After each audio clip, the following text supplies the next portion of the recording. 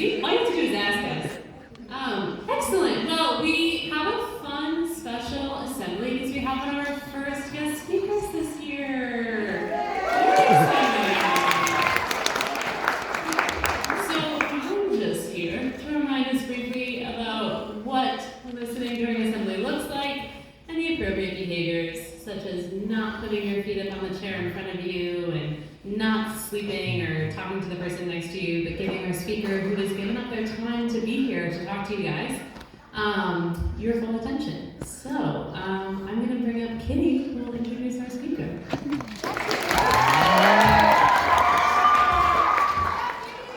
Hello, hello. So my mom, Miss Kakinohana, or Diana, is a Holton girl herself. She has attended Holton from grades 4 through 10. She is a lifelong geographer and fell in love with the subject in 7th grade. She holds a bachelor's degree in geography from the University of District of Columbia and a master's degree in historical and cultural geography from the University of Toronto. She works in Federal Aviation Administration, where she has made radar video maps for air traffic control for 20 years. She is an enrolled member of the Piscataway Kanoi tribe, along with my brother Shoza and me. I want to welcome my mom to the stage to talk with us in honor of National Native American Heritage Month.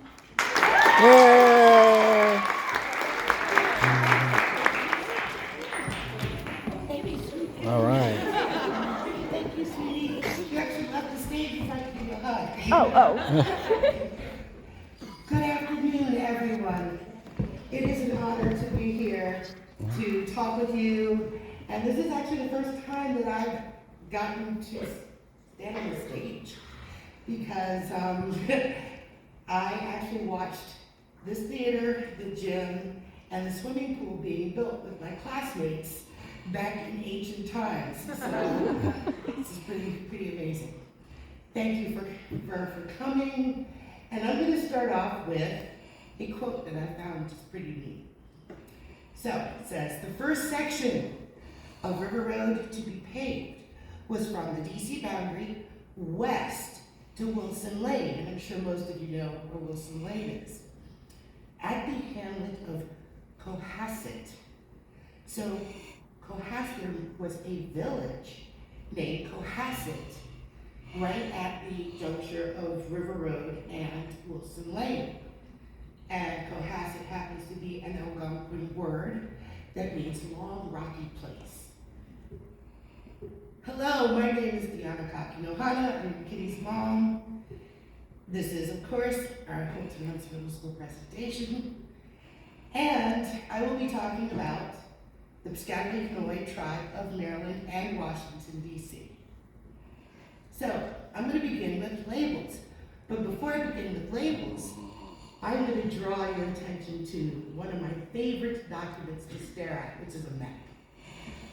This map here represents all of the villages, major villages in this area with, let me see, can you see the cursor? So just to give you some reference, DC is right here.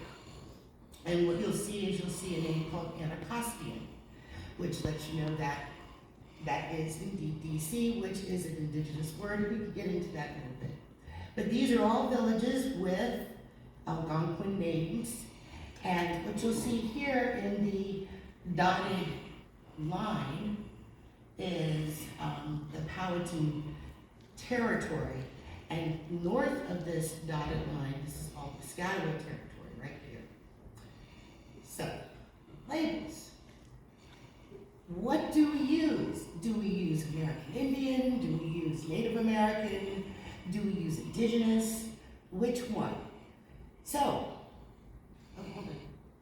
okay, so to give you some clarity, and I had to get clarity on this myself in doing this presentation. But American Indian is basically a term, an acceptable term, that does not include Native Hawaiians and Alaska Natives. Some Alaska Natives are American Indian, or they do call themselves, but it typically excludes Hawaiians and some Alaska Natives. Native American includes everybody, includes Alaska Natives and Hawaiians. Indigenous, everybody in this room is indigenous. Everybody. What does that mean? Indigenous means native to a particular place on earth and lived in having an intimate relationship with the land for many generations. Okay? So in other words, let's say the people are from Scotland, so I've got some Scottish blood in me too. So I've got ancestors that are indigenous to Scotland, and then I have ancestors that are indigenous to England, and indigenous to certain parts of Africa. So indigenous is inclusive of everyone. So hopefully that question at the bottom is answered for you. Types of tribes.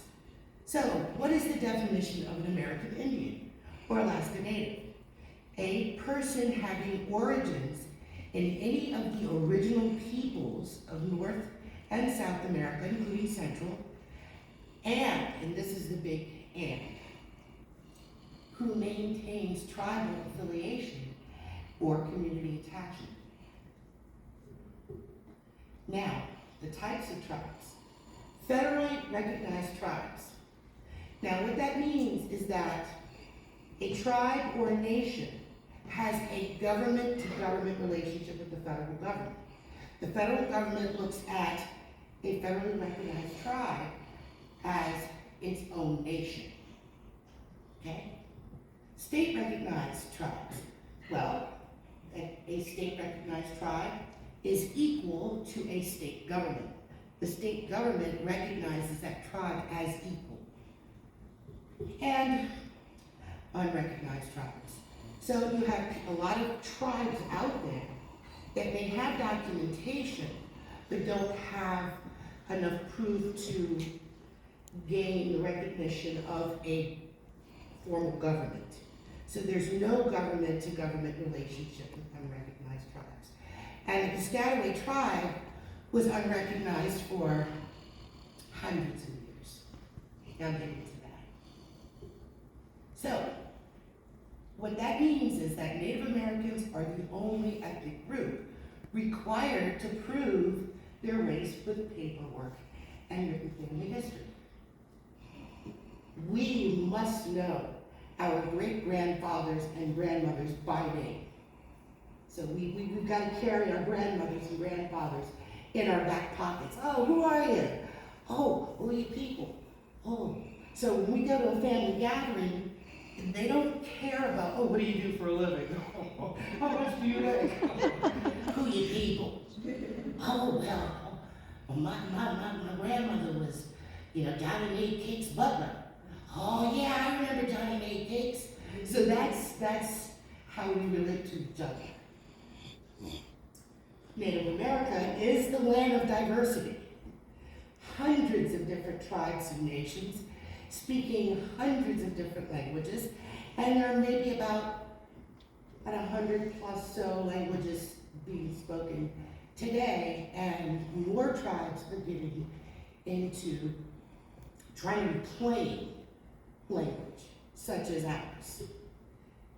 Diverse histories and cultures, and the fun fact is we are all colors, facial features, and hair textures. And you can see it in one of my favorite slides here, where each and every one of these individuals is in fact Native American. So it's just amazing. Okay, continuing with another map. So this map here is basically, it shows most of the Piscataway territory. And you can see there up top, I wish I had notes, that's great. But up top here, you can recognize this is Washington, D.C. Okay, that dark gray line actually should extend up beyond D.C. So this is Piscataway territory. And the hatched areas that you see are what were outlined originally as Piscataway reservations that never came to be. Where are the Piscataway Canoe holdings? DC, Southern Maryland, and Northern Virginia. And where else? Right here at Holton. Again, another little fun map here where you can see villages, prominent villages. And you'll see a word called Rarowas, which is another name for emperor or leader. And one of the things I want to highlight is you can see up top this word called Nakachtank. If you're familiar with DC and the place named Anacostia, Anacostia comes from this word Nakachtank. So what happened to the Anacostia Indians is that they pretty much got absorbed into Piscataway, larger tribe. Who are we? Who are the Piscataway Canoe? Well, Piscataway Canoe was a confederacy, a huge confederacy of many different tribes that you'll see right here on this map. And under one Tayak. The Tayak is another name for emperor. So, a whole bunch, maybe 100 tribes under the leadership of a emperor or Tayak. And we still have a Tayak today. So, first European contact made in 1608, very early on. Now, here you will see maps of language families, okay? Not languages themselves, but language families. So you'll have, let's say, English falls under the Germanic language family, or Spanish falls under the Romance languages. Here is a map of, on the left, a map of the various different indigenous language families. Algonquin, Siouan, Iroquois, those are examples of language families. On the right is basically highlighting all of the Algonquin speaking tribes. So Algonquin is its own family language. And you can see that right here on the East Coast is predominantly Algonquin. So we are traditionally Algonquin speaking. Who are we? Fishermen, hunters, farmers, guides, domestic servants, you name it. And here we are, Piscataway history. We're still here. By the time Europeans came to the New World at the beginning of the 17th century, the Piscataway, we were actually the largest and most powerful tribe in these lands, in the Washington, D.C. area, from the Chesapeake to the Potomac River. So we were the rulers of what's called the Western Shore. And you don't really hear that term, Western Shore, but you hear the term Eastern Shore. So we are Western Shore, okay? We were the first tribe under the British to be converted to Catholicism in 1640. So traditionally, all of Piscataway families are Catholic, including mine. The last practicing Catholic in my family, on my mother's side, was my great-grandmother. And so she died at Providence, which was a Catholic hospital. She was they're very, very religious. Tayak, Kinmakwa, as you can see pictured here, kneeling before Andrew White, who was christened in 1640, died. Now, fun fact, Tayak, or Emperor Kinmakwa, is actually an ancestor of ours. So I'm a direct descendant of this guy right here. Going back to my favorite map.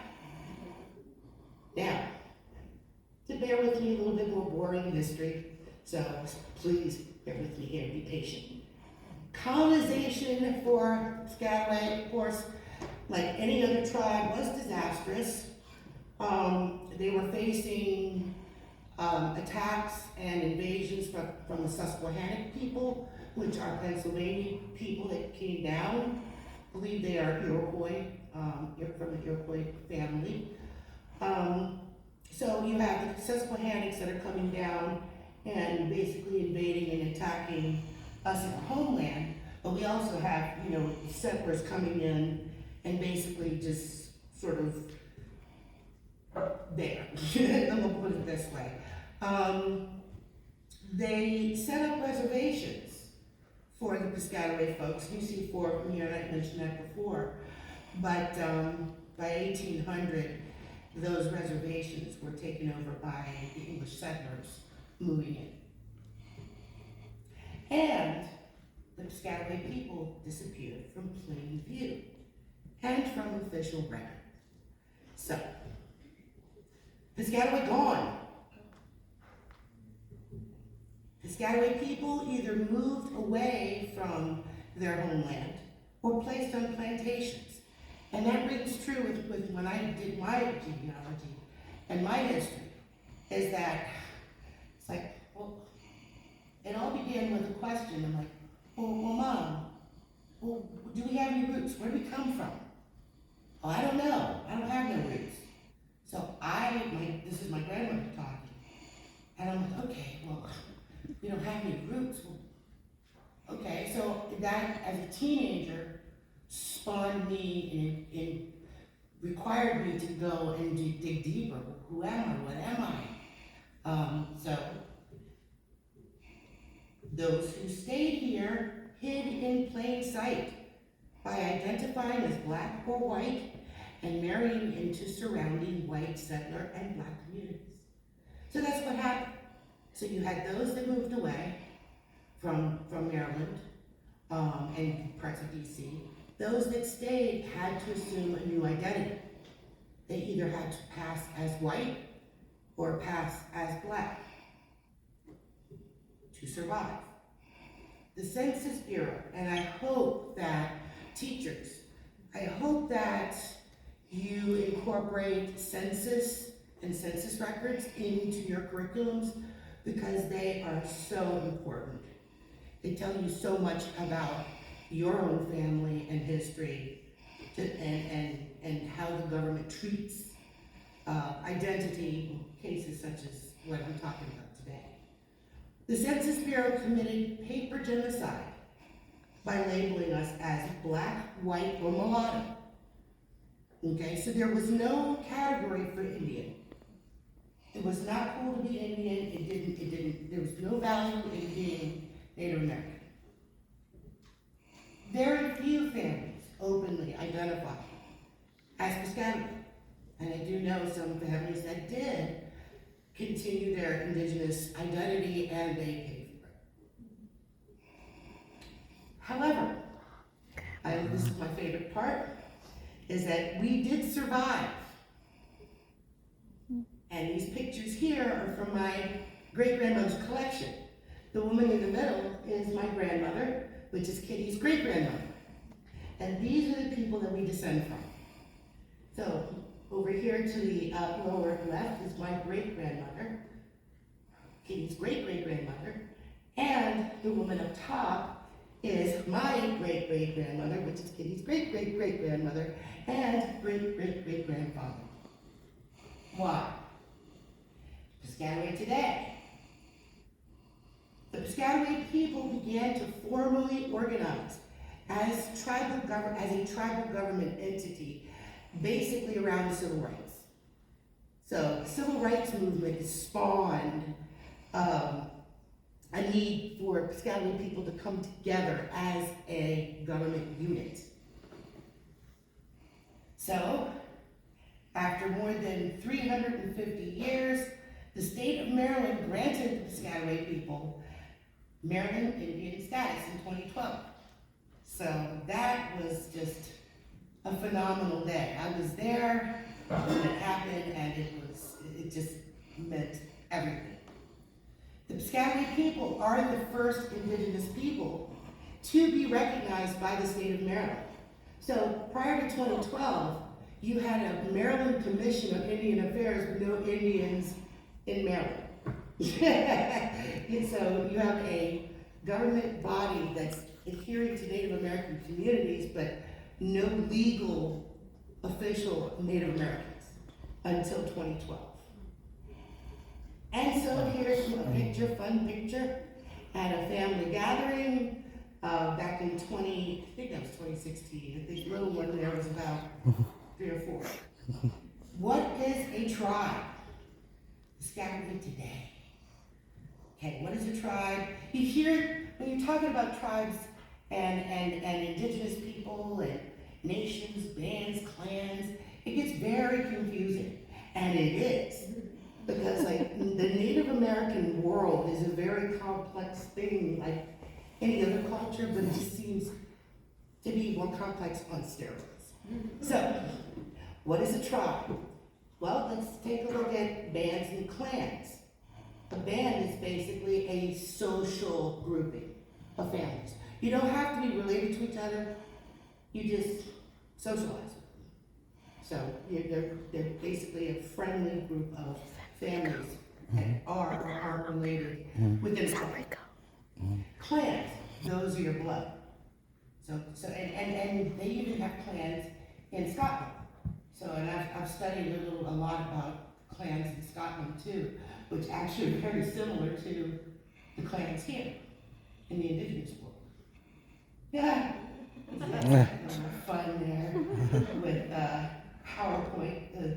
I was informed that PowerPoint is the choice of the old in terms of presenting. I am not with the times. Okay. So here you can see, I like to show you faces of our community, and you'll see Kitty at the helm here with some elders behind her, and this gentleman here to the right, these two gentlemen, Rico is a renowned elder, tribal spokesman, and historian that actually was responsible for getting us state recognized to be real Indians. And then of course there's someone up there, there's a group there, there's someone in there that you can see. But yes, in my younger days. Piscataway today, what's a tribe, band, clans. Again, more pictures of the community coming together. Okay, and the two pictures on the right you see are, of a Native American festival called a powwow. And basically powwows are just gatherings where the public can come in, but it's dancing and singing, people selling their wares. You have to be native to sell, but anybody is welcome to come and peek into Indigenous world, and it's a fun time. And you can see there's someone there saying hello to you along with our two boys. All right, Piscataway today. What does state recognition mean? Because I mentioned that we are state recognized, or there's federally recognized tribes. It means so much. It means identity, culture, dignity. It means being able to dress up but able to dress up and be able to tell your story. And be like, oh, well, why are you wearing this? Oh, well, I'm wearing this because this means this. I'm wearing this type of moccasin because our tribe wears center seam moccasins as opposed to side seam moccasins. Ribbon skirts have become very fashionable, even though I do not have on my traditional Piscataway outfit, but I am wearing it in that picture there. Who's that? Lady and her brother. So that is traditional outfit with the little skirt and stuff. But basically your clothing, again, state recognized. I now can identify and tell you my story. So that's part of it. And the two ladies down here, those were tribal chairwomen. Okay, the one on the right is Mervyn Savoy, who was the tribal chairwoman of the Piscataway Conoy tribe, and Natalie Proctor, who is the tribal chairwoman of the Cedarville Band of Piscataway. So they're different groups of Piscataway. Our tribal flag, as you can see here, and I'm about to do some weird stuff to it. But there, what does state recognition mean? Again, identity. Identity, we have our own flag. And that flag was created by that young man right there you see photographed twice. He created the design, and I also rock the design too on my arm. So as soon as Rico created that design, then I had to have one too. He thought I was insane. He said, "You don't get one that big?" I'm like, "Yeah, why not?" So yes. And this young lady here, she is actually now, and these are all, I know all these people. Tiara is actually one of the members of the, what is it called? Maryland Commission on Indian Affairs. Mm-hmm. So you can look that up. So they've got their own website. So she is a member of that and a good friend of ours. Again, I keep sort of repeating myself. What is state recognition? Again, identity, culture, dignity. State, our tribal flag. And oh yeah, you don't know that, but guess what? Kitty's there too. You just don't see her. She's right there. Yep, so. and her brother there with his Lightning McQueen grass dance outfit. And that's probably the last time that I actually properly fitted into that skirt too. And then you have more tribal members here as well. Okay. Yes, more pictures. I love pictures. These are more family members. That's my uncle there, and then that was me in a different lifetime with my grandmother and my great-grandmother, and then, of course, more tribal leaders. And the flag. Ooh, hey, Piscataway alive. We're alive now, so not only are we like here, but we're alive. Okay? What does state recognition mean? It means acknowledgement. It means that we are acknowledged by the government. So last year, Kitty had the honor of being recognized as Youth of the Year. And she got a chance to meet the governor, Wes Moore. And when we found out about this great honor, we made it a point for Kitty to wear her uniform. Okay, so it wasn't like we ran straight from school to the dinner, but we made it a point that she represent Holton and representing her community at the same time. And you can see here, she's got her certificate, and she's actually standing, this brings tears to my eyes because she's standing among chiefs. 30 years ago, I didn't even know I had a tribe. And today, it's like, you know, your classmate is standing among chiefs that are recognized by the state of Maryland. Acknowledgement, more pictures. And I don't know how much time I have left. You have about 8 minutes if you want to switch to Q&A. Awesome. So, yes, thank you. So basically, just more pictures of acknowledgement. Kitty's out in the community, and what she's doing is she's got a little business project where she's actually selling her wares. She makes blankets, bracelets, pot holders, and educating the public about things Piscataway. And here we are. That's her little booth. We have nothing to do with that. This is all Boss Kitty here. And we are coming to the end of our presentation. It's one of her blankets, that's her stand. And then what's cool about the picture on the right is that it goes to show you how when you go to powwows, and she's learned this, is that you meet all different types of youth from different tribes. So this girl right here is actually a Rappahannock girl. So if you're familiar with your rivers, like Rappahannock, Potomac, those are all indigenous names. Anacostia, Potomac, Patuxent, Chesapeake, all indigenous names.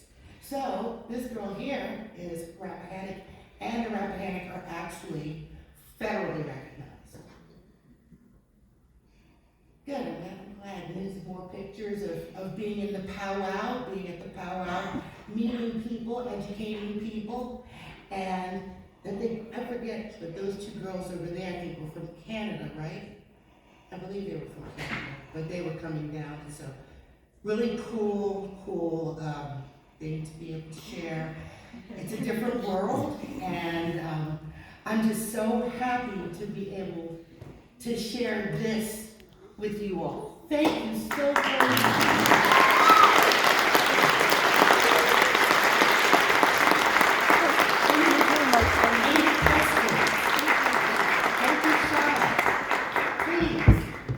So I was curious, I think you said this earlier, but I kind of forget, or maybe I didn't hear it. What indigenous people used to live here at this At where- this location. Yeah, at this location. Piscataway people. Yeah, and also too, let's not forget as well, is that DC has always been a trading place. So it's not just Piscataway people, but you have all kinds of indigenous folks coming down, your Mohawks, it might not be the right term, it's an antiquated term, but yeah, but predominantly it was Piscataway peoples. But you've got, if you do your research, you will be surprised at how many tribes right here in the DMV. You've got at least 10 federally recognized tribes in Virginia. And I believe there is one or two other Maryland tribes that just got state recognized. So yeah, so that's a great question. Hope I answered it. Yeah, you did. Great. Anyone else? Fire away. Okay, I see you. The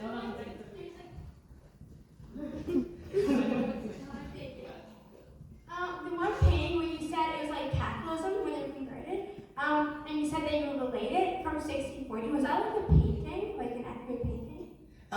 Actually, yes. Yes, someone was commissioned to, now, it's not a photograph of 1640, but based on all the research and sketchings that were done by the explorers and stuff, they did capture that moment. So yeah, I would say it's a pretty good depiction. I believe you can find that painting. Is it the St. Mary's of the Piscataway down in Clinton, Maryland? I'm not quite sure, but you can find that. But yes, great question. Anyone else? Thank you. We'll get back to like 1 or 2 blocks. I'll see you later. What did the elements of the flag represent? Ooh, beautiful question. Okay. Well, let's start with the turtle. The turtle is another name for North America. North America and dipping into Central America is called traditionally Turtle Island. So North America is known as Turtle Island.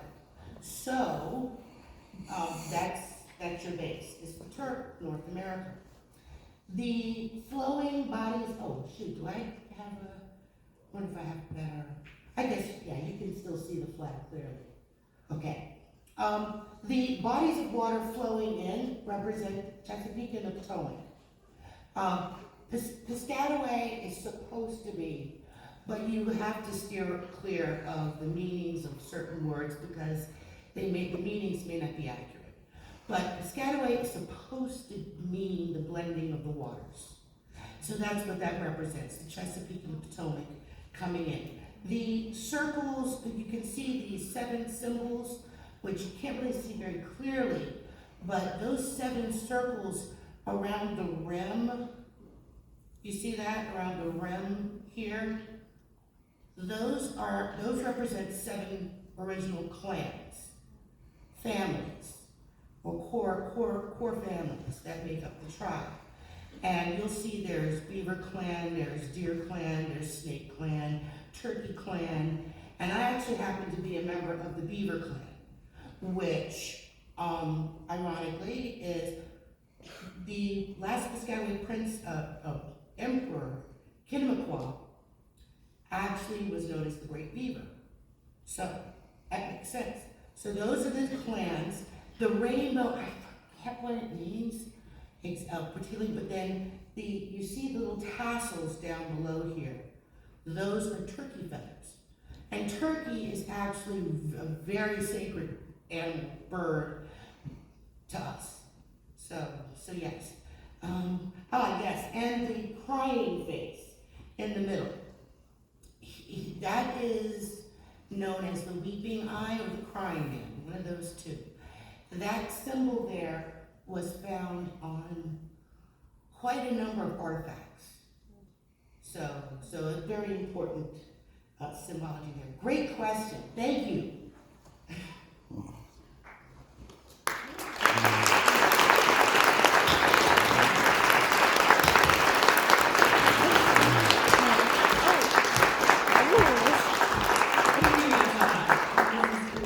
Oh, wow. Thank you so much.